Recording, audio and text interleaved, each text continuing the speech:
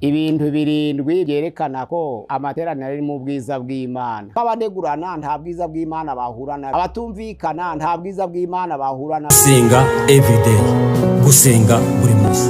Nusenga uzanesha, nunanegwa gusenga uzaneshwa. Senga gusenga ni byiza, ningabi tukingira. Gusenga bikingura ijuru, tujye dusenga tugera ikirenge mu cya Yesu. Twongeye kubashimira bene data batugana kuri channel ya Gusenga Everyday, tubagezaho ubutumwa bwiza. Ni Dr. Pastor Mpazibirego Pierre ugiye kubagezaho ijambo ry'Imana. Ibintu birindwi byerekana ko amateraniro ari mu bwiza bw'Imana. Ibintu birindwi bigaragaza ko amateraniro yari mu bwiza bw'Imana, nibyo tugiye kuganira aha ngaha. Turasoma mu gitabo ca Ezekiyeli igice ca 43 umurongo wa mbere turageza ku murongo wa 4, twumva uko havuga. Hanyuma njana ku irembo ariryo ryerekeye iburasirazuba, maze mbona ubwiza bw'Imana ya Isirayeli buje buturuka mu nzira y'iburasirazuba. Ijwi ryayo rimeze nko guhorera kw'amazi menshi, maze isi imurikirwa n'ubwiza bwayo. Bwari bumeze nk'ibyo neretswe nabonye igihe najanwaga kurimbura umurwa. Ibyo neretswe byari bimeze nk'ico neretswe nabonye ku mugezi wa Kebari, maze ngwa nubamye, nuko ubwiza bw'Uwiteka bwinjira mu rusengero buturutse mu nzira iri ku irembo ryaherekeye iburasirazuba. Mwakira ijambo ry'Imana, kadusenga Imana. Mana, turagushimiye, turaguhimbajwize neza kubw'ijambo ryawe. Ijambo ryawe ni ingirakamaro. Wabwiye abigishwa ngo mugende mu mahanga yose muhindura abantu bose kuba abigishwa ba Yesu Kristo. None natwe twahawe iyo nshingano nk'inshingano ikomeye ya buri wese. Umuntu wihannye yamamaza ishimwe ryawe. Pawulo yabwiye Timoteyo ngo ibyo wanyumvanye imbere y'abahamya benshi uzabigeze ku bantu bo kwizerwa babasha kubyigisha abandi. Natwe tuje uko turi kose kugira ngo ibyo twigishijwe nawe tubashe kubigeza ku bandi, nabo bazabashe kubigeza ku bandi, kandi bizagira agaciro imbere yawe. Ubutumwa bwiza bwamamare buhindura, ubutumwa bwiza bukomeza, ubutumwa bwiza bwamamara hirya no hino, kugira ngo icubahiro cyawe kiganze mu isi yose, kuko niweho utegeka isi yose n'ijuru. Ndagushimiye kurabana natwe. Ijambo ryawe rikatubera umutsima utera imbaraga muri aka kanya, n'abaryumva bose bagakomezwa naryo, abatarahinduka bagahinduka mu mitima bakitirirwa izina ryawe. Tubyambaje mu izina rya Yesu Kristo umwami wacu, amen. Nk'uko bisanzwe mudukurikira kuri channel ya Gusenga Everyday, tugiye kwamamaza ishimwe ry'yaduhamagaye ikadukura mu mwijima ikatugeza mu mucyo w'itangaza. Ni ibintu birindwi bigaragaza ko amateraniro yarari mu bwiza bw'Imana. Akenshi abantu barasenga, umuntu akavuga ati narindi mu mavuta, undi ati narindi mu mavuta. Ariko ni ryari umuntu aba mu mavuta, ni ryari umuntu ataba mu mavuta, nibyo tugiye kureba. Hari ibintu birindwi rero bigaragaza ko Imana yari ihari, ko ubwiza bw'Imana burabagirana bwasuye amateraniro.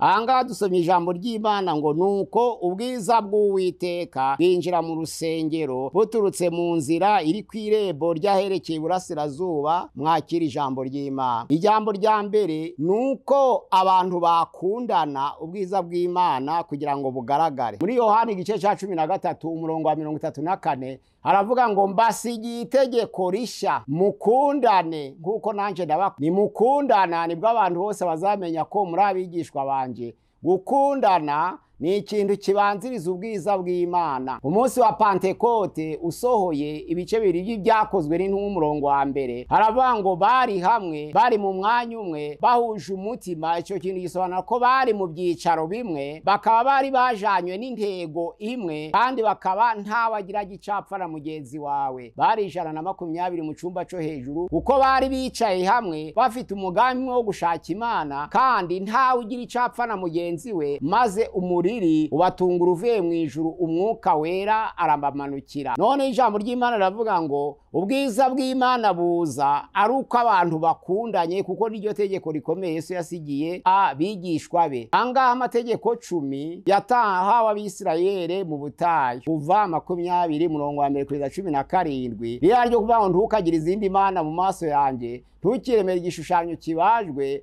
ntukavugire ubusa izina ry'Uwiteka Imana yawe, wibuke kweza umunsi w'isabato, wubahe so na nyoko, ntukice, ntukibe, ntugasambane, ntugashinje mugenzi wawe ibinyoma, ntukifuze umugore wa mugenzi wawe cyangwa inzu ye. Aya mategeko 10 yose Yesu Kristo yaraje ayabumbira mu mategeko 2 avuga ngo ukundisha Uwiteka umutima wawe wose, n'ubwenge bwawe bwose, n'ubugingo bwawe bwose, n'imbaraga zawe zose, none irya kabiri ngukunde mugenzi wawe nk'uko wikunda. Amategeko 4 abanza arimo gushikirana n'Imana, n'amategeko 6 akurikiyeho kuva ku rya 5 kugera ku rya 10 ni relation entre les hommes eux-mêmes, nubango ni hagati y'abantu bwabo. Abantu rero iyo bakundanye bagakunda Imana, bakayikundisha umutima wabo wose, ubugingo bwabo bwose, imbaraga zabo zose, kandi buri wese agakunda mugenzi we nk'uko yikunda, abahoshe isezerano rya mbere rigaragaza ubwiza bw'Imana. Angahe Yesu aravuga ngo mukundane nk'uko nanjye nabakunze, abazabareba bazamenya ko muri abigishwa banje. Iryo ni itegeko rya mbere. Hariya rero mu Bakorinto ba mbere igice cya 13:13 aravuga ngo ibindi byose bizashira nitugera mu ijuru. Gusenga bizahagarara, kubwiriza bizahagarara, kuririmba uretse indirimbo zo kunesha za Mose nizo zizasigara, ariko indirimbo z'abahanzi ku isi zizashira kuko nizivuga butumwa, ariko urukundo ruzahoraho. Ijambo ry'Imana riravuga ngo nihagumaho kwizera, hakagumaho ibyiringiro, n'urukundo birahagije, ariko urukundo ruruta byose. Angaro kuko urukundo rutazashira, rukaba ruzagera no mu ijuru, rukanabaho no mu ijuru, ni ikintu cy'ingenzi kigaragaza ubwiza bw'Imana mu materaniro, gukundana. Angaha ingingo ya kabiri igaragaza ubwiza bw'Imana ni ukwemerana. Bashatse kuvuga mu mpano z'umwuka. Kwemerana ni mu Baroma ibice 15:7, ariko impano z'umwuka twahawe ahangaha bazingeranya nk'ingingo z'umubiri wa Kristo Yesu. Twese mu rusengero turi ingingo z'umubiri umwe, kandi Yesu Kristo ni umutwe w'itorero. Natwe nk'ingingo z'umubiri wa Kristo Yesu, buri wese n'urugingo rwa mugenzi we. Noneho tubereyeho kwemerana. Umurimo ukozwe n'akaboko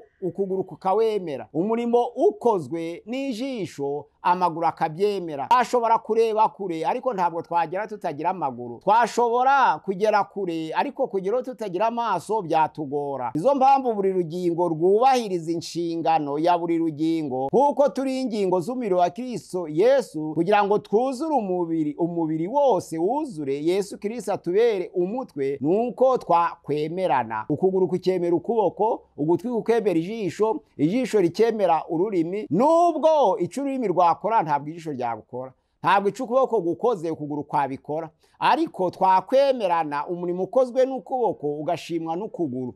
Ahangaro bashaka kuvuga iby'impano. Umuhanuzi yemera umwigisha, umwigisha yemera umuvugabutumwa, umuvugabutumwa yemere usengera abarwayi, umuvugabutumwa yemere uhugura, uhugura yemere umwigisha mu itorero ry'Imana. Ahangaha nibwo tuzasohoza umugambi wo gukurura ubwiza bw'Imana kugira ngo bugaragare mu materaniro y'Imana. Ahangaha Abaroma 15:8 baravuga ngo mwemerane bene data, nk'inshuti, nk'abavandimwe mu itorero mwemerane. Umuhanuzi yemere mugenzi we, kandi yemere umwigisha, umwigisha yemere umuvugabutumwa. Nubwo turi ingingo z'umubiri umwe, ariko tugira role, inshingano zitandukanye, kandi za nshingano zikagirira akamaro buri wese. Kwigisha bigira akamaro iteraniro ryose, guhugura bikagirira akamaro amateraniro yose, gusenga bikagirira akamaro amateraniro yose, kuririmba bikagirira akamaro amateraniro yose, ubutumwa bwiza bukagirira akamaro amateraniro yose. Mwene data ushobora kuba uri umuhanuzi ariko utari umwigisha, undi ashobora kuba ari umwigisha ariko adasengera abarwayi, undi ashobora kuba asengera abarwayi ariko atagira impano yo kurondora. Mwemerane, kandi role n'imirimo yose dukoze buri rugingo rwose rwubahirize icyo urundi rugingo rukoze, buri wese yubahiriza inshingano ya mugenzi we. Abaririmbyi mwubaha abadiyakoni, abadiyakoni mwubaha abavugabutumwa, abavugabutumwa mwubaha abakuru b'itorero, abakuru b'itorero namwe mwubahe abanyamasengesho, kugira ngo twese twemere inshingano twahawe n'impano twahawe mu nzu y'Imana. Iyo twemeranye rero tuba duhuje umutima, ubwiza bw'Imana buba buhari. Ingingo ya gatatu igaragaza ubwiza bw'Imana ahangaha ni ukukomezanya. Ahangaha mu byo gukomezanya Pawulo yarabivuze mu Baroma 14, haravuga ngo udakomeye mu mwakira uko ari. Bari bashatse kuvuga ko baziririza ibyo kurya n'ibyo kunywa. Haravuga ati umuntu umwe ashobora kurya imboga nsa, undi akarya ibintu byose, ariko mumenye neza ko urya kimwe arya ashima, utagira icyo arya ashime, n'urya byose ashime. Noneho rero urya byose kugaye utarya byose, utarya byose nawe ye kugaye urya byose, kuko twese turi abana b'Imana mu nzu y'Imana. Gukomezanya rero ni ukumwe adakomeye. Ijambo ry'Imana rivuga ngo udakomeye mu mwakira uko ari. Niba afite ubwoba mu mwigishe, udakomeye mu mwakire uko ari, umunyantege nke mu muyobore. Ariko ijambo ry'Imana rivuga ngo dukomezanye, bisobanura ngo hagati y'iteraniro ry'Imana hagomba kuba harimo abanyantege nke mu ruhande runaka, abandi bakaba abanyembaraga. Ariko ijambo ry'Imana riravuga ngo umurimo ugayitse cyangwa urugingo rugayitse nirwo ruhabwa icubahiro kuruca izindi. Ushobora kwibwira ngo ufite imbaraga kubera umuvugabutumwa, ariko ntumenye ko ushobozwa n'umunyamasengesho kuvuga bwa butumwa ngo bugere iyo buragera. Ushobora kuba uri umuvugabutumwa w'ikirangirire, ariko ukiyibagiza ko utanga finance kugira ngo ubone transiporo yo kujya uramamaza ubutumwa bwiza, nawe ari ingenzi. Uwavuze ubutumwa yakoze umurimo w'Imana, ariko n'uwamwishyuriye kugira ngo abugeze mu mahanga yakoze umurimo w'Imana. Ahangaha ingingo ya 4 ni ukwakirana. Kwakirana ni mu buzima buruhije cyangwa se mu buzima bugoye cyangwa mu bibazo. Abantu bahura n'ibibazo bikomeye, abarwayi mu iteraniro ry'Imana bakeneye gutabarana no gufashanya. Umuntu ashobora kuba ari mu bitaro, umuntu ashobora kuba arwaye yarabuze n'amafaranga yo kuja mu bitaro, undi ashobora kuba ari mu nzu y'imbohe. Kwakirana ni ugufatanya wa mubabaro dufite, buri wese akakira mugenzi we, buri wese agatabara mugenzi we, tugatabarana nk'abitabara. Umutwaro wa mugenzi wawe ukaba umutwaro wawe. Niba umuntu umwe ari mu nzu y'imbohe n'abandi bakamera nk'abari mu nzu y'imbohe. Ndibuka bafata Petero igihe cy'umwami Herode, yamujanye mu nzu y'imbohe amurindisha abasirikare 16. Ariko ijambo ry'Imana ritubwira mu Byakozwe no mu gice cya 12 umurongo wa 1 kugeza ku wa 5 ko naho yararyamye mu nzu y'imbohe yari hagati y'abasirikari 2. Ahangaha marayika w'umwami araza amukora mu mbavu, ariko ataramukora mu mbavu akiri mu nzu y'imbohe, bari bategereje ko iminsi ya Pasika irangira kugira ngo bamushire abayuda. Ahangaha ijambo ry'Imana rivuga ngo yari amaze kwica Yakobo, ariyongeza afata Petero.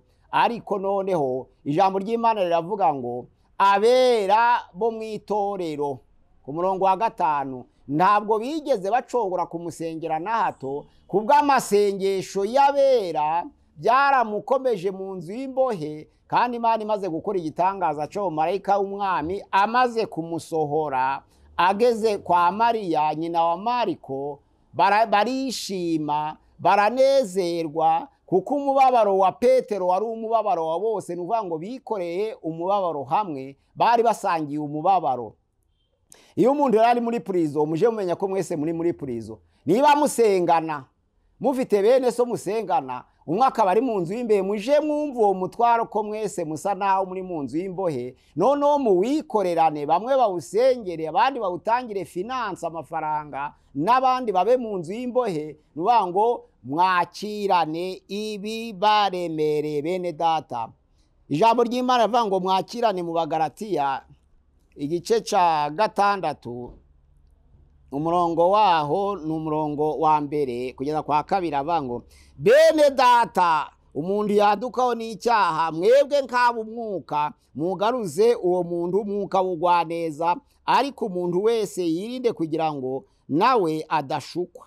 mwakirane ibibaremerera kugira ngo abe ariko musohoza amategeko ya Kristo Yesu. Mwakirane ibibaremerera. Umuntu ushonje mwese mumere nk'aho musagiye inzara. Umuntu uri mu nzu y'imbohe mwese mumere nk'abari mu nzu y'imbohe. Umuntu uri mu bitaro mwese mumere nk'abari mu bitaro. Wa mutwaro uzaworoha kuko uzaba uri mu maboko y'abantu benshi. Usanga bibabaje kenshi umuntu arwara abakristo ntibahagere. Umuntu akamara ukwezi muri hopitale yewe ntagire n'uwitorero n'umwe uhagera kugira ngo aje guhumuriza mugenzi we. Ijambo ingingo ya 5 ni ukwigishanya ibireba ku bumenyi. Ntabwo tunganya ubumenyi ariko buri wese ibyo ashoboye kumenya byagirira akamaro mugenzi we.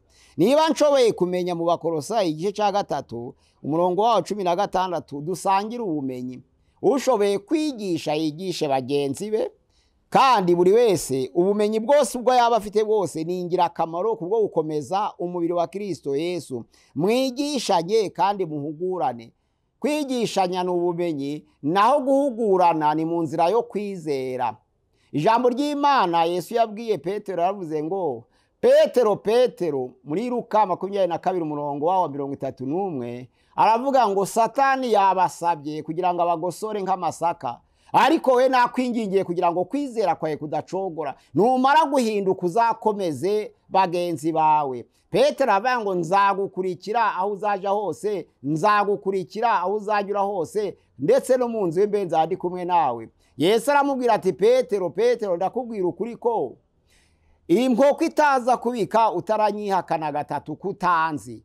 Ijambo ry'Imana riravuga ngo utaranyihakana 3 kutanzi. Ariko Petero akarati nzagukurikira. Ariko igihe gisohoye cyo gufata Yesu, Petero agira ubwoba aramwihakana. Yibuka ijambo Yesu Kristo yamubwiye ngo inkoko itaza kubika utaranyihakana 3 kutanzi.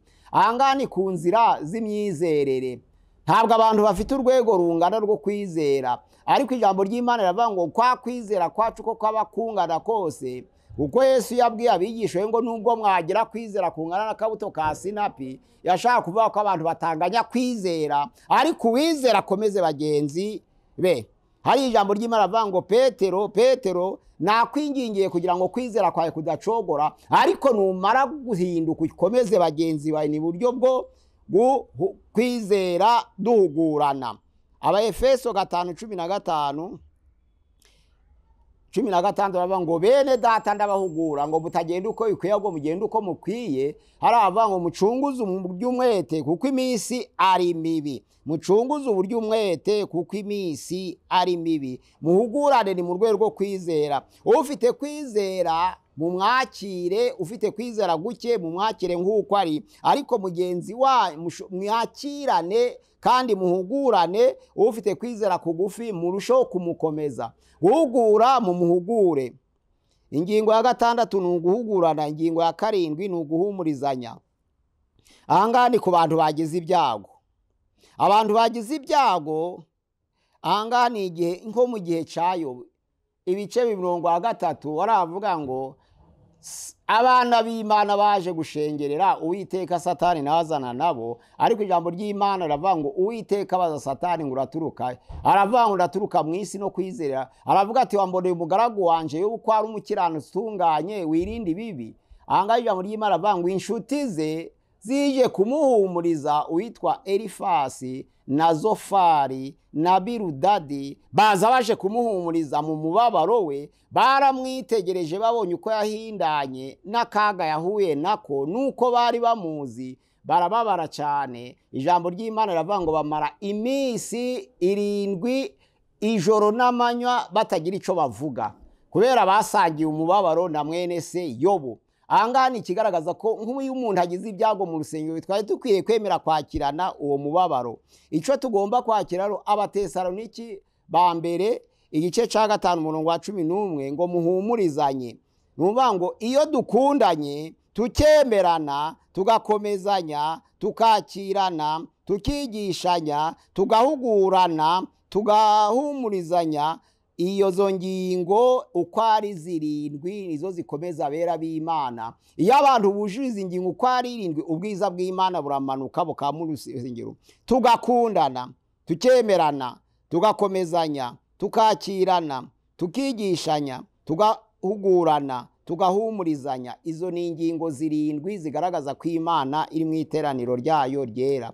Abantu benshi bashobora gusenga badakundana, nibyo, ariko ubwiza bw'Imana ntibwabona ibyicaro, ahubwo umuntu yabona ubwiza bw'Imana ku giti cye gusa, ariko ubwiza bw'Imana ntibwakururuka mu rusengero ahera hayo kugira ngo busabe amateraniro yabo abantu batujuje inshingano yo gukundana. Iyo umuntu avuze ngo aya materaniro numvaga ndi mu mavuta, ni ku giti cye, ariko amavuta rusangi, umugisha rusangi, ubwiza rusange ni uko abantu baba bakundana, abantu bakaba bemerana, abantu bakaba bemera gukomezanya, bakaba bakirana, bakaba bigishanya, bakahugurana, bagahumurizanya. Umuntu wagize ibyago bakamuhumuriza.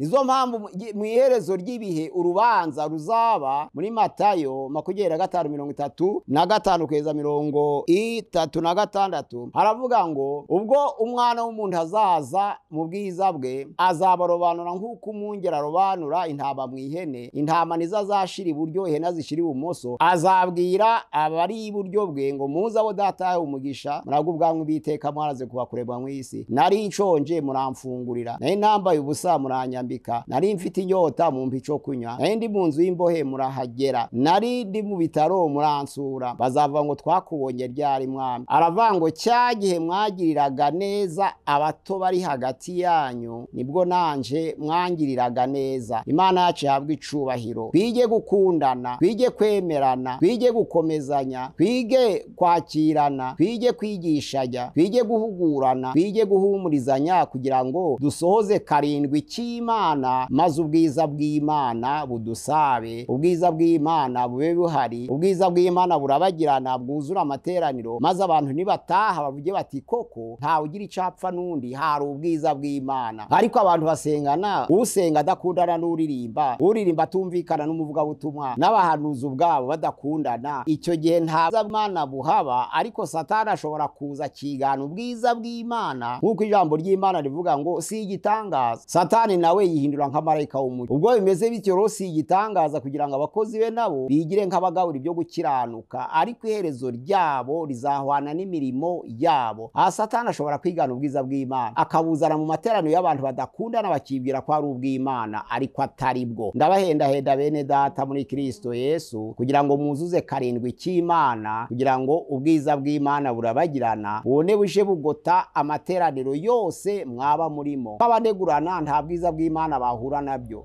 abatumvikana nta bwiza bw'Imana bahura nabwo, ariko abumvikana bagakundana mu izina rya Yesu Kristo, ubwiza bw'Imana burabagirana, buzabagota impande zose. Turabashimiye kudukurikira, ukurikira ijambo ry'Imana mu izina rya Yesu Kristo umwami wacu. Amina. Ni Dr. Pastor Mpazibirego Pierre ubagejeje ikiganiro kuri channel ya Gusenga Everyday. Ibintu birindwi bigaragaza ko amateraniro yari afite ubwiza bw'Imana. Nimero ya WhatsApp ni 0786696620 kuri channel ya Gusenga Everyday. 0786696620 kuri channel ya Gusenga Everyday. Murakoze. Imana ibaho umugisha kubahiriza ibikwari birindwi kugira ngo mwakire ubwiza bw'Imana aho muzateranira hose. Bidahari ni ubundi bwiza buzaza, ariko ubwiza bw'Imana buzaza nimwuzuza ibi birindwi twavuze, ari byo gukundana, kwemerana, gukomezanya, kwakirana, kwigishanya, guhugurana no guhumurizanya mu izina rya Yesu Kristo. Amena. Mana turagushimiye, turaguhimbaje kubw'ijambo ryawe. Turi imbere yawe, udukomereze mu ijambo ryawe, uduhe gukundana, uduhe kwemerana, uduhe gukomezanya, uduhe kwakirana, uduhe kwigishanya, uduhe guhugurana, uduhe guhumurizanya, maze amateraniro yawe iteka ryose azaba amateraniro yera, aho ubwiza bwawe burabagirana, buzagota amateraniro kandi bukagaragara aho hantu, kandi buri wese akumva ubu bwiza mu mutima we. Ndagushimiye, uduhe kwicara hamwe turi bamwe duhuje umutima, ntawe ugira icapfa na mugenzi we, kugira ngo icubahiro cyawe gitegeke aho tuzaba duteraniye hose, mu izina rya Yesu Kristo umwami wacu. Gusenga Everyday, gusenga buri munsi. Nusenga uzanesha, nunanigwa gusenga uzaneshwa. Senga.